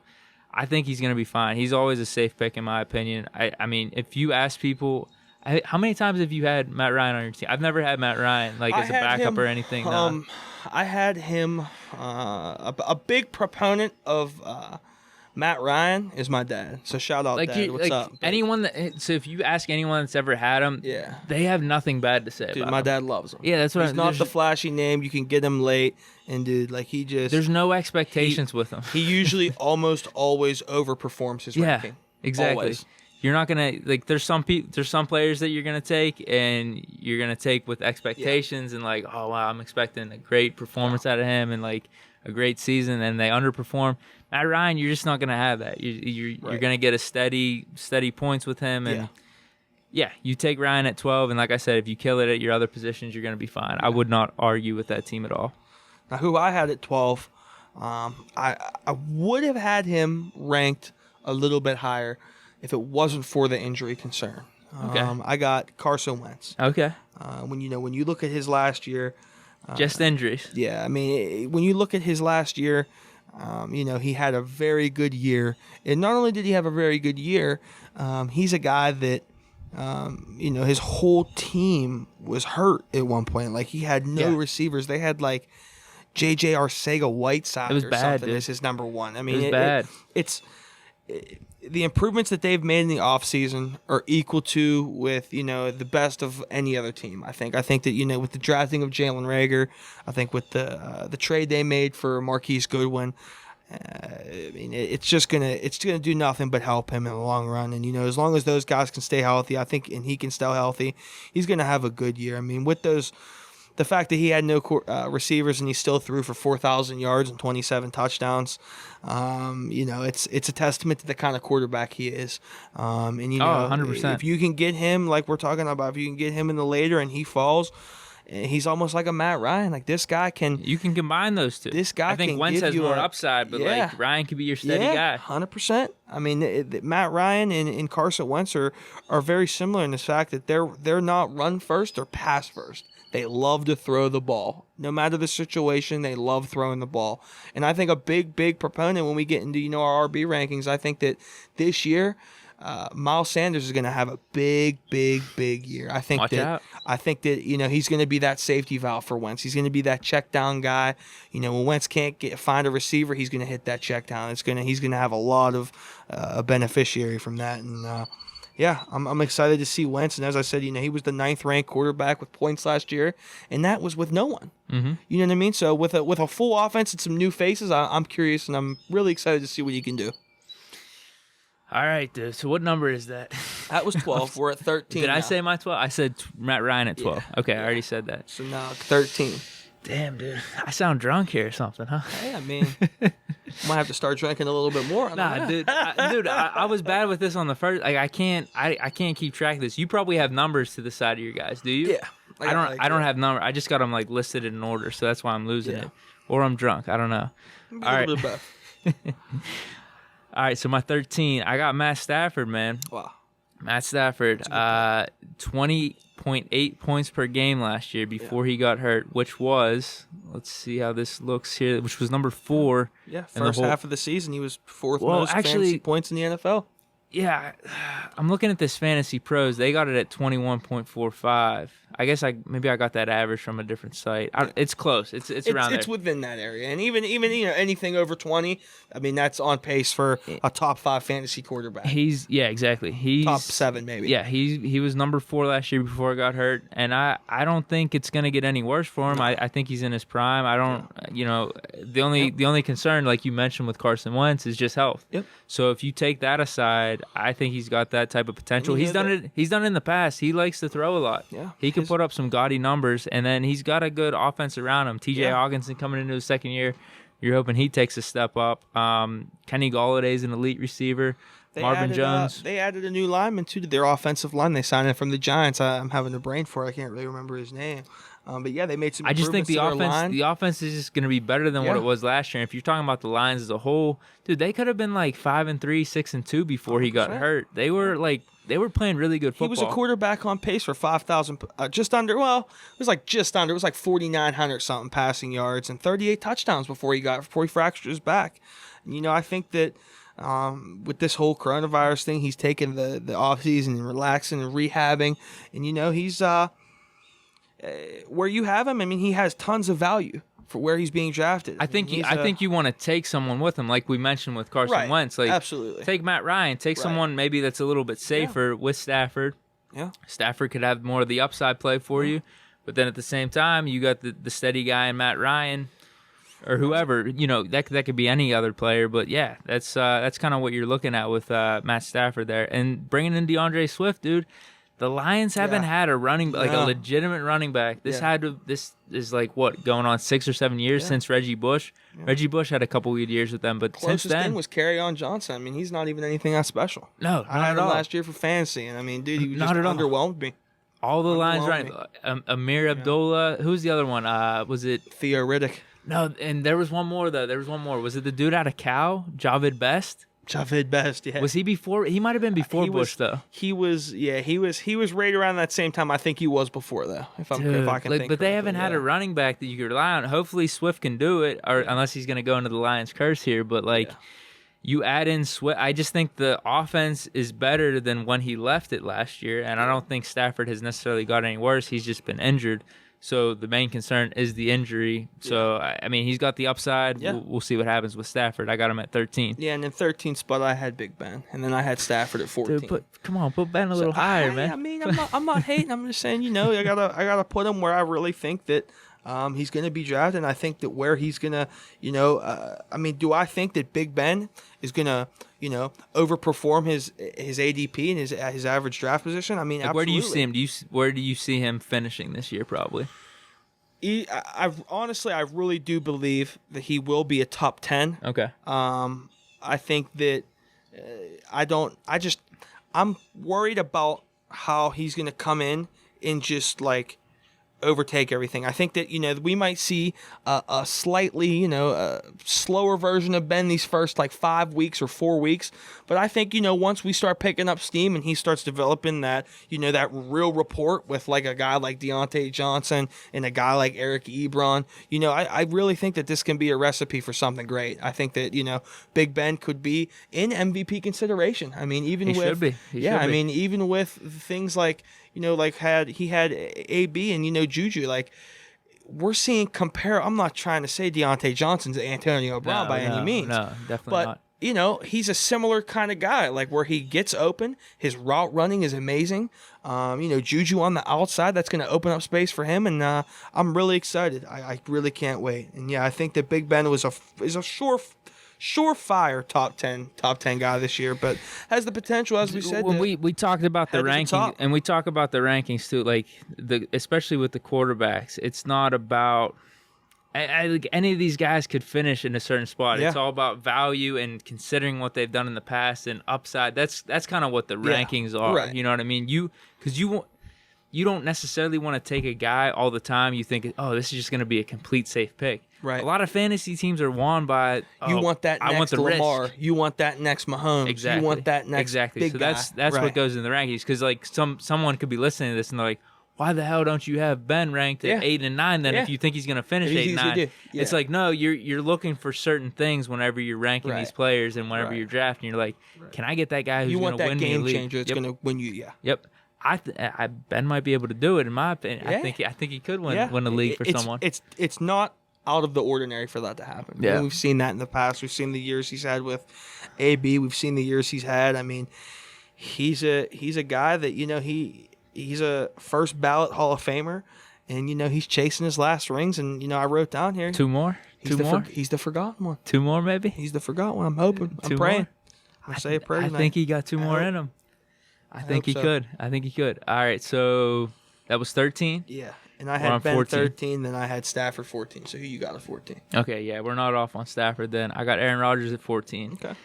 My main thing with Rodgers, we talked about this a little bit the first time we recorded it, is it's Aaron Rodgers. It's his name. Mm-hmm. It was, I guess you could say, a little bit of a down season last year, but the stats won't tell you that. Top 10 quarterback. If you're doing an eye test, then maybe you could say, things just don't look right with Rodgers. But yeah, the stats were there. Top 10. I think he's going to come in motivated, though. Unfortunately, the Packers didn't help him this offseason really too much. But if he's able to call the shots, if he's able to take control of things, then I think he's going to be motivated. I think he's going to try to dominate and let other people know, like, yo, I'm still fucking Aaron Rodgers. Because he's always had that chip on his shoulder. Going back to, like, college at Cal. Like, he's a badass. Coming into the league, like, he's always wanted to prove people wrong. Like, he's really competitive. I know he gives off, like, a philosophical vibe and, like, I'm chill and, like, I care about things outside of football. And he definitely does. But I think on the football field, he is really competitive and does really care about that type of shit. Yeah. I think he's going to come in and want to show, like, yo, I'm still Aaron Rodgers. And it goes back to everything we've been saying about all these quarterbacks. Bro, like, he could have an awesome year. And it just kind of comes out of nowhere. It's like one of those X Factor things, because you can make an argument, and you might, that the weapons aren't there. There's certain things that aren't there around him, but it's still Aaron Rodgers. So I'm not going to completely knock him off yet, dude. Like, last year, the stats were there. There were certain things there for him where, like you said, he was still a top 10 guy. So I'm not going to write him off completely, and he's still Aaron Rodgers. So I got him at 14. The thing that made me, upset about what they did this year with him was, Aaron Rodgers growing up was one of my favorite quarterbacks. You have Stephen A. He's a bad man. He is a bad man, but a bad man still needs help. You know what I mean? And you had the Green Bay Packers had one of the most deepest drafts this year for wide receivers in a long time we've seen, and they didn't. They took his replacement, or what seems to be his replacement. And that's as a human being. I mean, I just feel that's disrespectful. And I mean, he's a very well-rounded professional. He's a professional in every aspect of the word. But still, I mean, you can't tell me that, as a person, you're not going to take disrespect to that. You're out here trying to bust your ass and do whatever you can to win your team the championship and, seal your legacy and things. And, they're not really giving them any help. They're just, saying, oh, well, your talent's enough to do this. Well, sometimes you need help. And, I mean, they do have some young receivers. I mean, they have, Devontae Adams. And they got great receiver. Yeah, I mean they have a couple other ones. Aaron They Jones traded for RB. Devin Funchess. They signed Devin Funchess in the offseason. Could he be revived a little bit up there? Devin Funchess, I just don't think he is what he used to be. And they have a couple of other young ones. They got Carlos Lazard, who could be a bit of a sleeper this year, come out of the woodwork. Sort of like a Jordy Nelson type player, but it makes me so upset the fact that I feel like they're wasting the last years of his real prime. And there's not to say that he might after these couple years go to another team just like Brett Favre did when Brett Favre went to the Vikings and Brady make a name just like Brady did. But I think that they had the opportunity to secure themselves as surefire Super Bowl contenders. And they failed. You think it's a lot of egos at play there, maybe? I do. With LaFleur trying to make his mark as a coach, which is unfortunate, dude. Right. Which is unfortunate. Right. Because at that, I don't know who was available at that point. Rieger might have been available. And I'm pretty sure that I don't think Jefferson. I think the Vikings took Jefferson. LaFleur said he was like he was on record saying like, oh, if I had the third, they traded up. He's like, if I had the third pick, I would have took Jordan Love. Like, what? You're gonna take him over Tua? I mean. Listen, I love Jordan Love. Dude, this could be a we're just going to say this. This could be a Bill O'Brien situation where, maybe LaFleur knows something we have no clue about. But I'm not right an now, NFL if you're trying to coach, win games right now, it doesn't add up, dude. Yeah. It just doesn't. It's confusing to me. And, fantasy-wise, it just hurts him because, you want to see him have those receivers and you want to see him have those people that he can get that ball away quick to. And, we saw it last year with the real emergence of Aaron Jones in the backfield, someone he can dump the ball off to a real big play, He hasn't had that since Big Eddie did. But, yeah. Big Eddie did. Big Eddie. I'm out on Big Eddie. Dude, he was the man. Remember how bad I wanted Big Eddie back in the day? I had him on the squad. I'd call you every day. I had him on the squad. Let me get my running back. I had Big Eddie and Levy on, dude. I was rolling. Dude, he was good. No, you're right though. Just to have that in the backfield that, and then think they went to the NFC Championship game, and you could tell they were spent. They didn't have enough to beat the 49ers. At the same time, it's like, all right, we made it to the NFC Championship game. Like, bro, why don't we try to reload in some way or another? At least. And even if we. As I said before, even if it would have been defense, but a backup quarterback who's not going to play at all this year, probably the next 2 years. Yeah, it's a very, very questionable thing, and not even that, and then they make that decision, and then a couple rounds later, they draft a running back. You have Aaron Jones, who was one of the top running backs in the league last year. Unless they're trying to go I know rebuild. Not rebuild, but a full just. I don't know what type of offense you can compare it to, but a crazy ass running offense with, like I said though, they might be trying to phase. This was what we were talking about maybe in the first one, maybe phase Rodgers out, and this goes back to what I was saying. Phase the young quarterback in. Yeah, I mean this goes what I was saying with the egos though, where LaFleur wants to make his stamp on the Packers and say this is my squad, which is unfortunate, and dude. We talked which about is it really on the first unfortunate. One, we compare this team. I can compare it almost to like the 49ers, a team that maybe they're trying to get these running backs to have a Breida Coleman situation where guys are going to be splitting carries. You take a little bit of the work off of Aaron Jones to keep him healthy longer and have a guy that's better with pass catching and a bruiser running back, and then you have that that quarterback that can run the read option. That Aaron Rodgers can't do that. Aaron Rodgers can't run a read option. Look at all these teams that are going to the championships. I mean, Lamar Jackson, a read option type quarterback. Kyler Murray, not saying that Kyler Murray's a championship caliber quarterback, Mahomes, these guys, Deshaun Watson, these guys are mobile quarterbacks that can move and can also throw the ball. And I think that, LaFleur feels a little left out that he doesn't have a quarterback like that. And, I think that he's chasing a guy rather than he's chasing a dream of his than appreciating what he has. And I think that that's not going to help him. I think that's going to, because you could still win with what you got. You could still win with what you got, man. Right. I definitely think that. I think that with all these older quarterbacks, Ben, Brady, Breeze, they're just Matt being disrespected. Ryan, I don't get it, dude. Yeah. They've proved it in the past. And I think even getting back to the whole 49ers thing, like even if you're trying for that, you still need Aaron Rodgers over a quarterback like Jimmy G. Because in my opinion, Rodgers and some of these quarterbacks we've named, they're a class above where I could trust them in big moments. Yeah. I could trust them to make those throws. Yeah. And like you even want to knock him maybe for losing the 49ers game or maybe not having the greatest playoff success since the Super Bowl. Dude, you still saw him last playoffs against the Seahawks where he made that clutch fade ball throw to Devontae Adams to close out the game. He's probably. Are you trusting Jimmy G to do that? I'm trusting Rodgers. Yeah. Come on. I mean, if we're talking, points in their career, if I'm going to pick one, like if I'm picking a team to build for the future, I'm going to pick Jimmy G over Aaron Rodgers. But if I'm picking one quarterback to win me a year of football, I'm picking Aaron Rodgers over Jimmy Garoppolo. I'll still take Aaron Rodgers' last 3 to 4 years here over Jimmy G's whatever rest of his career. But here's the thing, because I'll still have flexibility after Rodgers. Yeah.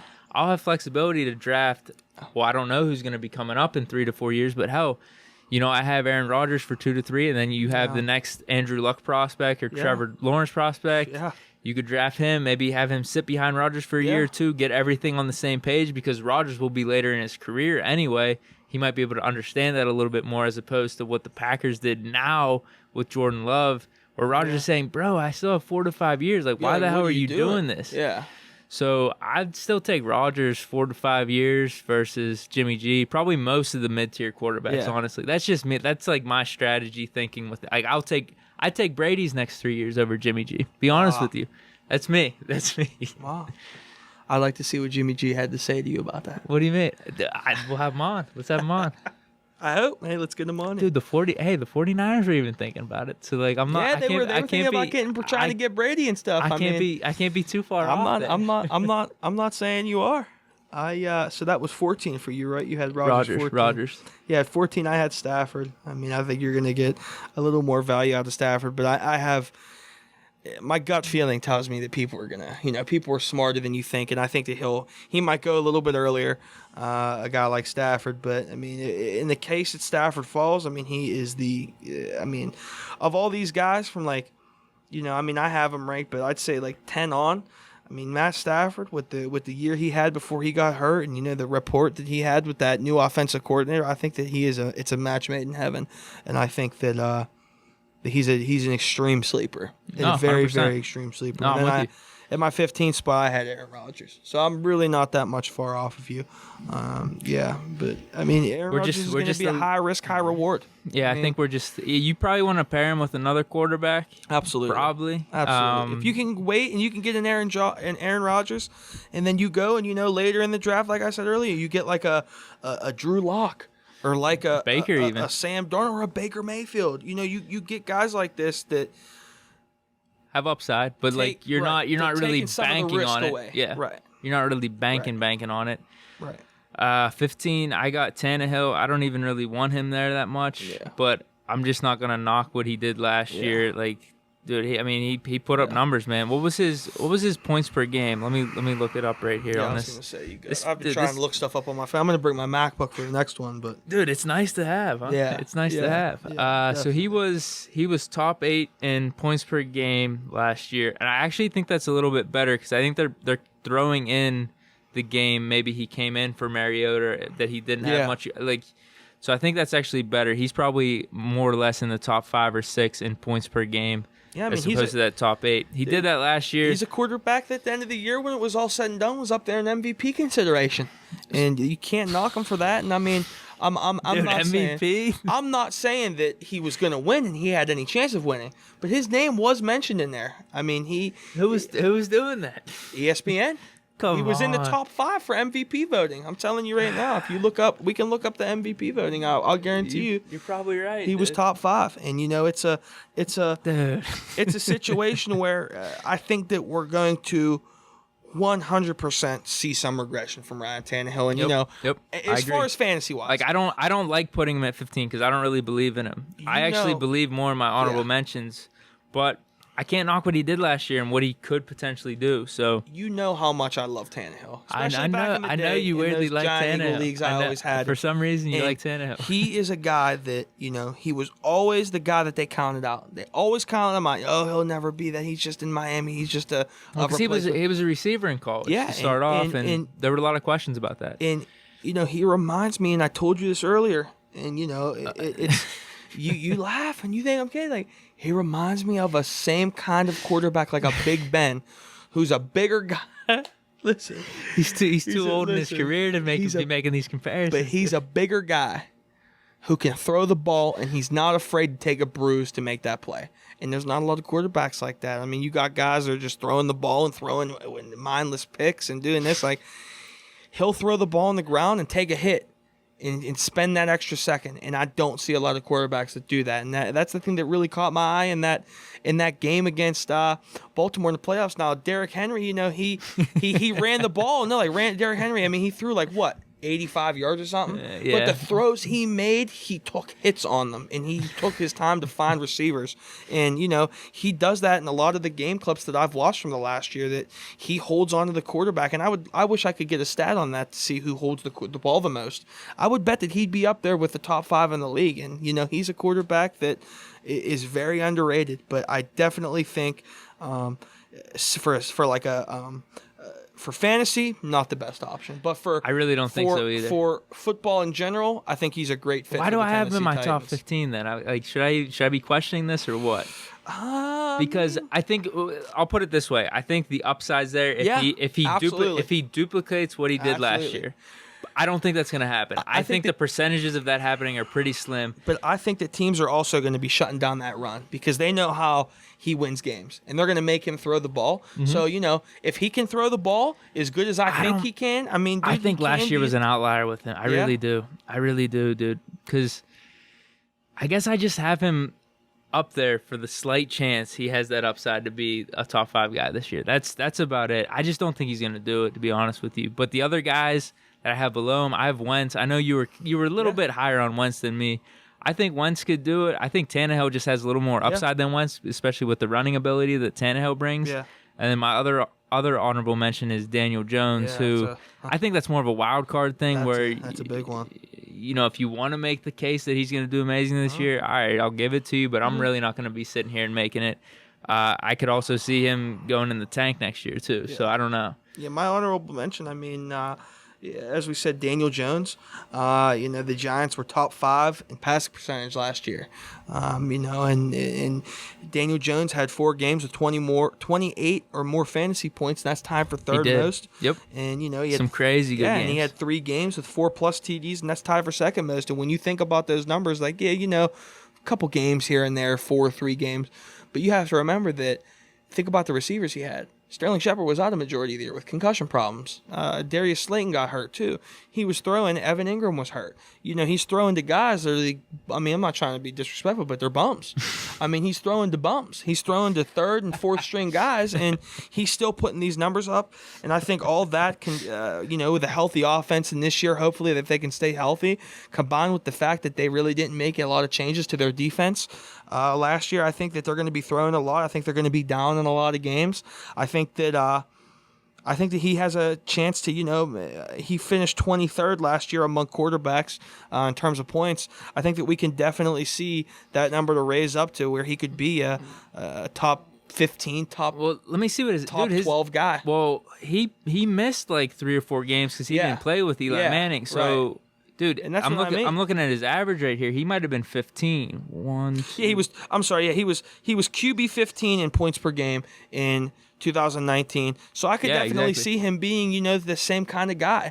Taking that same kind of a stretch and he could have that upside though. I guess that's why I have him in my honorable mentions too. I think he just seems like one of those guys. It's like there's unknown with him of. we've seen him play good in the NFL, but in terms of fantasy, are we going to see that consistency where his rookie year, he's shown those amazing ass games, but at the same time he was thrown in the tank. Amongst because he doesn't have the weapons around. That's kind of like the problem. You got to rely on the weapons too to make that step, as well as Daniel Jones, which could happen. That's probably why I have him in my honorable mentions. You just never know. I think it's more of a wild card with him. Yeah, and as I said, total points, he was 23rd. Points per game, he was 15. I think that we're going to see some progression. I don't think we're going to see a lot of regression. I think that this is going to be his second year in the league. He's more comfortable in the system he's running. He has a summer to go over the playbook, to really, master it, to form a bond with the receivers and the running backs and the tight ends that he has on his team. And I think that he has the chance to be a top 15, top 12 guy this year, for sure. All right, so we got our 15 taken care of here.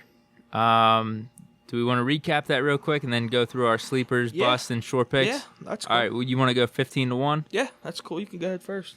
No. All right, 15 Tannehill, 14 Rodgers, 13 Stafford, 12 Matt Ryan, 11 Josh Allen, 10 Drew Brees, 9 Tom Brady, 8 Big Ben, 7 Cam, 6 Dak, 5 Deshaun Watson, 4 Calimary, 3 Russell Wilson, 2 Mahomes, and number 1 Lamar Jackson.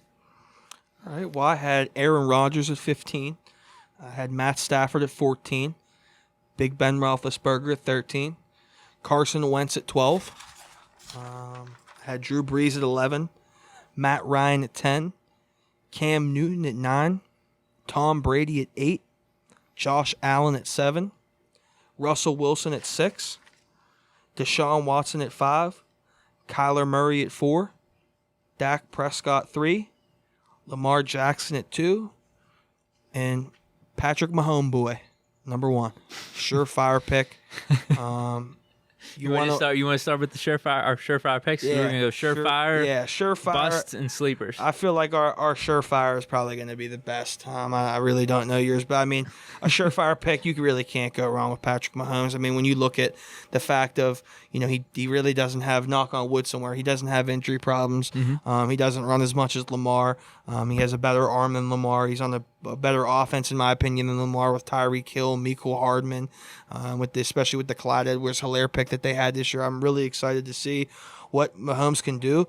I think it's going to be, similar to what he did when he had Kareem Hunt on his team. I think that Clyde Edwards-Helaire is another really big sleeper that we'll get into. I think we might do running backs next week or whatever. But we'll do running backs next. But I think that a big sleeper is that Clyde Edwards-Helaire. He's a running back that reminds me of Kareem Hunt, and I really think that no running back had a rapport with Mahomes like Kareem Hunt. And And actually, I know I have Lamar as my number 1 pick. I do have Mahomes as well as my surefire pick, though. I guess even though Lamar has improved it, though, he hasn't been hurt at all. Like, you're gonna get what you draft Mahomes to be. Like, he's gonna be the man. Right. Like, he's gonna be awesome. Like that. I don't think there's any doubt about it. Yeah. I don't think there's any doubt about Lamar Jackson either. I think he's gonna. That's why I have him as my number 1 guy. At the same time, I guess just maybe. I think we talked about this earlier whenever we were talking about Lamar versus Mahomes. Yeah. The only thing you could say is just the injury thing against Lamar. We don't know if it's gonna happen or not, just because he runs a lot. Yeah. So that's why I make Mahomes my surefire pick. Yeah. That, all right, you draft him, you're going to be safe. Yeah. But, I like Lamar's upside, though. That's why I got him number 1. We look at the injuries that occur with, running quarterbacks. It's these knee injuries, these ankle injuries, these kind of injuries that can ruin your whole year. And, when you look at someone like that had a rookie year similar, like RG3, RG3 had probably one of, if not the best rookie seasons ever of a quarterback like that. And, he got hurt and tore his knee and never was the same. And that just concerns me that could, I pray and hope that it doesn't happen with Lamar. He's an extreme talent, even though he's on the Ravens, which I don't even want to talk about. But, he's one of, if not the best talents in the NFL. And I'd hate to see anything bad happen to him, but I hope that I hope he just keeps it up. I hope he keeps up his pace. I do too, absolutely. It's very exciting to watch him. He's a player that I love to watch. And I'm just happy. I'm not happy he's in my division, but I'm happy that I can go to a Steeler game and have the opportunity to watch him twice a year. Just hope the Madden curse don't get him. Yeah, exactly. Just hope it. We saw what happened to AB. But then we saw what happened with Mahomes. I think the curse is fake, dude. You think? I definitely did. Come on, look at all the success that has happened. Yeah, since. It's like a successful and then a terrible. Look what happened Absolutely. to Odell, and look what happened to then you have Mahomes, like I said, but then you got AB. But no, I think that on a serious note, I think that Lamar Jackson is going to have he's going to have an MVP consideration year again, as long as he stays healthy. 100%. I'm really excited. All right, now what do we have for sleeper? All right, so I'll give you, I got 3 sleepers here. One of them is not on the list that we have because we only went to our top 15. But I made sure I wanted to get one of the guys that maybe you're waiting until the end of your draft, or someone that's going to fall real deep. Might be undrafted. Yeah. So a couple guys I had was 3. I had Cam Newton. Cam Newton, obviously, as we discussed before, he had since 2011 the most rushing yards of any player in the NFL inside the red zone. And then you look at the Patriots, who have the most goal-to-go rushing touchdowns in the NFL. As we said, it's a match made in heaven. I think he can have a big season, and just based on where he's drafted, if he falls a little bit, you're getting a steal. Next one I have is this is the one that wasn't on the list, is Drew Lock. I think that with the additions of Jerry Jeudy, KJ Hamler, it's given him serious weapons to work with, and they're handling it almost the opposite of what they're doing with Aaron Rodgers in Green Bay. They're giving him these weapons. They're going out and getting a running back like Melvin Gordon, and they already have that pass-catching running back in Philip Lindsay. They're giving him these weapons to at least give him a chance to, say, all right, if he doesn't work out, we still have these weapons here that we can have another guy come in and try him with this system. And, I think that Drew Lock is a talent that we saw last year, and they're going all in on him. And I really can't blame him. When you look at, his stats from last year and stuff, it all adds up to, he can be a sleeper pick and a true breakout candidate this year. I can't even talk. But no. So number one, we're getting punch drunk here. Yeah, we're getting a little tipsy here. But so number one sleeper though I have is Daniel Jones. As we discussed his stats with the 4 or more games, the 28 fantasy points or more. The 3 games of 4+ TDs, and the impact players that he had on offense that were hurt, and he was still able to do that. I'm curious to see what happens this year, and I think that he's going to fall in drafts. He's like a little forgotten guy. I think that you can get some real good value with where he's going to be picked. My main 3 sleepers are the 3 that I was talking about earlier. It's that bunch of Cam Newton, Big Ben, and Tom Brady. I think all of them are kind of been pretty much, like you said, forgotten. And I think all 3 of them could be a top three player in this fantasy. So, dude, everything that I mentioned earlier, like the value in terms of when you draft those guys versus when you could be drafting some of the players after Lamar and Mahomes, I think it's just there. I think the top 3 potential for Cam, Ben, and Brady is, I think it's tremendous. So that's why I have those 3 guys as my sleepers. Everything that we mentioned whenever we were talking about those guys, where they can all be top 3 in fantasy this year. Absolutely. So I got them 3. I'm trying to think if I mentioned Stafford a little bit, but I'm more high on Ben, Brady, and Cam than Stafford in terms of being sleepers. And what, Stafford's another one up there that, based on where he's being drafted, his ADP, I think that he has extreme value. We only had a small sample size based on what he did last year, but I don't know. I think that Matt Stafford this year is in the line for a really, really good year and a really special year for the Lions. So what do we got for busts here? So, for number 3, I have Ryan Tannehill, and as we said earlier, Tannehill is a guy that we're expecting to see some regression, just based on the fact that they're going to implement the run even more now that they know what they can get out of Derrick Henry, with the games he's had in the playoffs and how much they can run him. I think that we're going to see some regression. I think that it's going to be hard to copy the second half of fantasy stats that he had last year. He was like a top 5 or 6 guy, and in fantasy the second half of the year, and that's it's really good. I'm not trying to say he's not a good quarterback in general. I'm just saying he's a very good quarterback for the Titans, but fantasy-wise, it might not be the best pick for you. I mean, there's a lot of, reward there. If he can't start putting those numbers up, if teams do start shutting down the run, if teams do start making him throw the ball and he can do it, I mean, you're looking at a guy that, again, can have those top 5, 6 potential stats, but I just think that we're going to see some regression. It's going to be hard to copy that.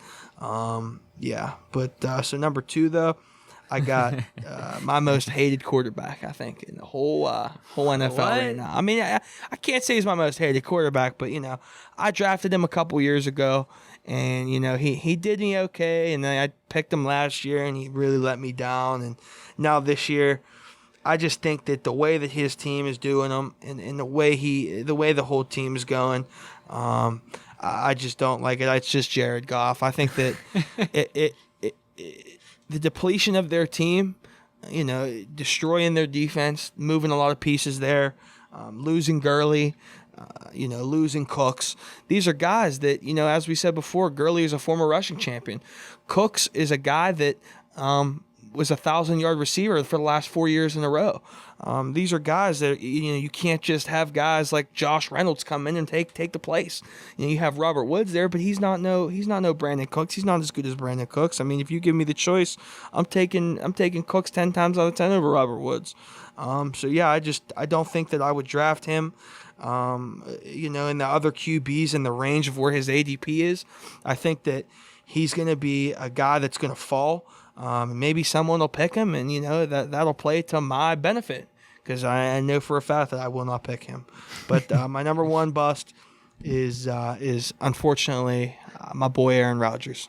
Wow, it's a run first offense, similar to Tannehill. They drafted that other running back. They have Aaron Jones. They love to pound the rock. They didn't draft him any weapons. They didn't even go out in free agency. They got him Devin Funchess, but even Devin Funchess, he's in the latter part of his career. His best days seem to have passed him. Just a total lack of confidence and then trust in his head coach and, trusting that his head coach might go out there and get him some of these guys to take him to the next level, to help him get that Super Bowl that he's so striving for.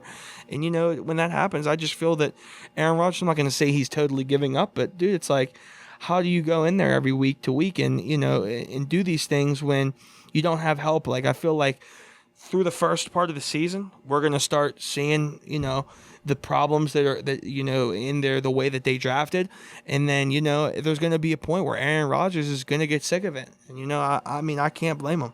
So yeah, he's my number 1 bust, and I look. Aaron Rodgers, he's being projected up into the top 15 just based on his name, like we said. Yep. And, if it wasn't for Aaron Rodgers, if we had a guy like a Daniel Jones in there in that kind of an offense, I mean, dude, he's not even in close to the top 15. Yeah. Not even close. He's just getting in there because of his name. And, I mean, that's just how I feel about it. And I think that I hope and pray that this ain't, the last part of his career. I hope that, even if it doesn't work out here, he goes somewhere else just based on the pure talent that he possesses. But yeah, I mean, I just think it's going to be a bad year for the Green Bay Packers and Aaron Rodgers. My bust. I have Josh Allen. I have Tannehill. I'm definitely agreeing with you on that. Yeah.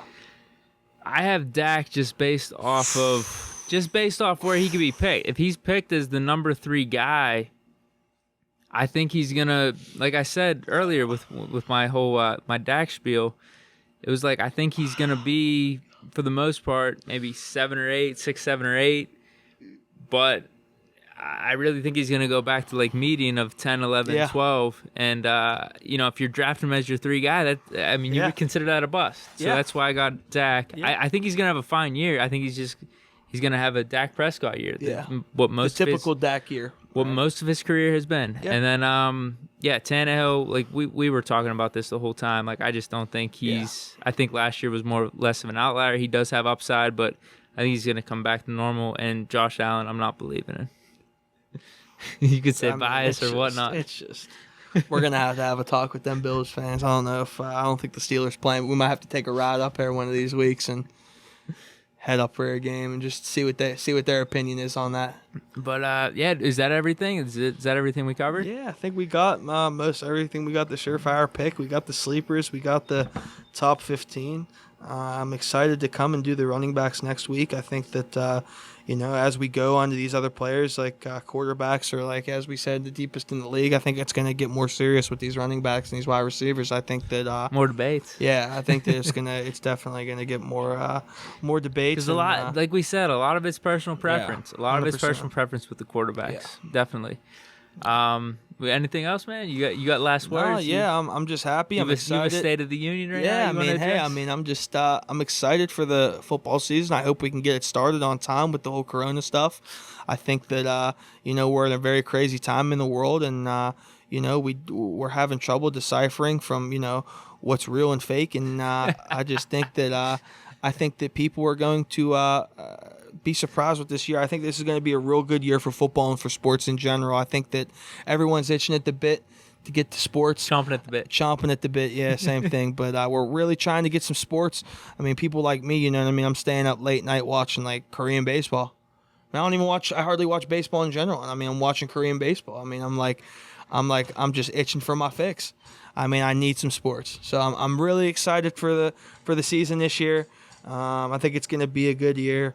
I just can't wait, and I'm excited to be doing this with you. I'm excited to get this started, and I can't wait to rank the running backs next week. I am too. Excited for the running backs. All right, well, I hope you guys enjoyed this then, and stay chilling. Peace.